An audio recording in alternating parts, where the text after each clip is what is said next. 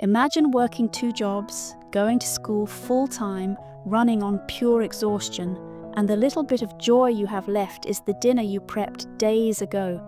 Now imagine walking in and catching someone else eating it again. Well, I finally snapped. And let's just say, after that night, nobody ever touched my food again. Ever. If you've ever had a roommate, co-worker, or even family member steal your food and felt powerless to stop it, hit that like button.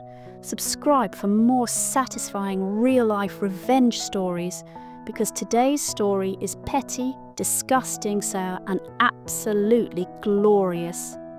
I was in college, full-time.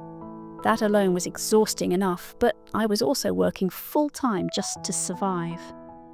My schedule was brutal: class all morning, work all afternoon and evening, then homework until my eyes burned. Meal prepping wasn't just a lifestyle choice, it was survival. Every Sunday night I would carve out precious hours I didn't even have to cook in bulk. Spaghetti, stir-fry, chicken and rice, neatly portioned, labelled and stacked on my designated shelf in the shared dorm fridge. This was my lifeline, my sanity, my one reliable comfort after 14-hour days. And then, they happened. It started small, one missing Tupperware here, a suspiciously lighter bowl there. I told myself it was just a mix-up, but the truth slapped me in the face when I walked in one night, bone-tired, stomach growling, and there they were, 3 girls, not even my roommates, just my roommates' friends, standing in the kitchen, laughing, eating my food. They didn't even look guilty. In fact, they looked delighted. One of them even said, through a mouthful of my chicken and rice, "Oh my God, this is so good. Too bad, there's not more." I forced a smile, but inside I was boiling. My hands tightened around my bag strap. I wanted to scream. I wanted to throw them out right then. Instead, I tried to be reasonable.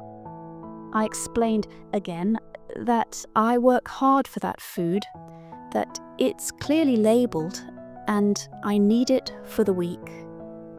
They nodded, fake sweet, like they were listening.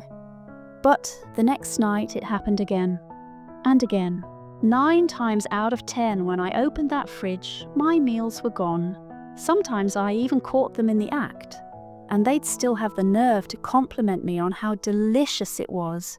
The disrespect was unreal. It wasn't just about the food, it was about me. They saw me as invisible, as someone they could take from without consequence. That's when I realized asking politely wasn't going to cut it. It was time for a different approach.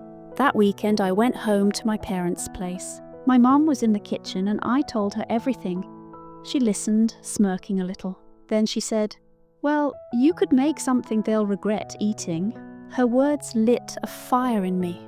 That night I made a lot of spaghetti, rich tomato sauce, herbs, spices, and a special blend of pork sausage and lean beef that, when cooked, looked suspiciously like something far less appetizing. I portioned nothing. I left the giant mixing bowl in the fridge, right in the middle, practically begging to be stolen. I didn't have to wait long. The next evening, after another grueling shift, I trudged into the dorm. I could hear laughter from the kitchen before I even opened the door. And there they were, my 3 food thieves, huddled over the giant bowl, forks clinking, mouths full. "Oh my God," one of them said, "this is amazing. How do you make it taste like this?" I walked in slowly, set my bag down, and gave them the most neutral, straight-faced look I could muster. "Oh, that? It's a recipe from back home on the farm," I said casually. "We go to the butcher, get some head cheese. That's the meat you're eating right now." They froze.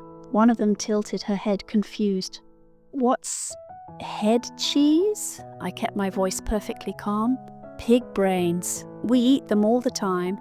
It's actually in most of my meals. Texture's great, isn't it? The first girl's fork clattered against the bowl. Her eyes went wide, her face pale. Without a word, she bolted, not to the sink, not to the trash, but straight to the bathroom. From the hallway, I heard it start. The retching, the splattering, and then the horrifying sound of everywhere in that bathroom being redecorated in, well, spaghetti. The other two looked at each other, gagged, and sprinted out of the dorm entirely. By the time I checked on the bathroom, it was a crime scene. The poor girl hadn't even made it to the toilet before she started vomiting. There was puke on the floor, the walls, the door. And me?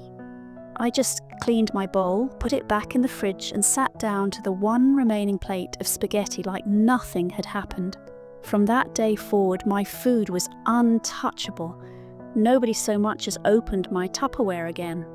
Better yet, they didn't even talk to me anymore, which honestly was the real gift.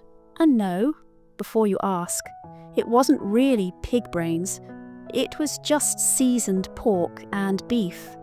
But they didn't know that, and the mental image was enough to keep them miles away from my shelf in the fridge forever. Some call it petty, I call it justice. They wanted my food so badly, they stole it over and over, until I gave them something they'd never forget. One little lie, and the mental image of pig brains was all it took to turn the tables. Watching them run, gag, and never return, worth every second. Sometimes people won't respect your boundaries until you make the consequences unforgettable. The moral? If they won't listen to your words, give them a taste of their own medicine, or, in this case, a taste of something much worse. If this story gave you chills or made you laugh, smash that like button. Drop your own roommate horror story in the comments, and don't forget to subscribe for more true stories where karma doesn't just knock, it kicks the door down.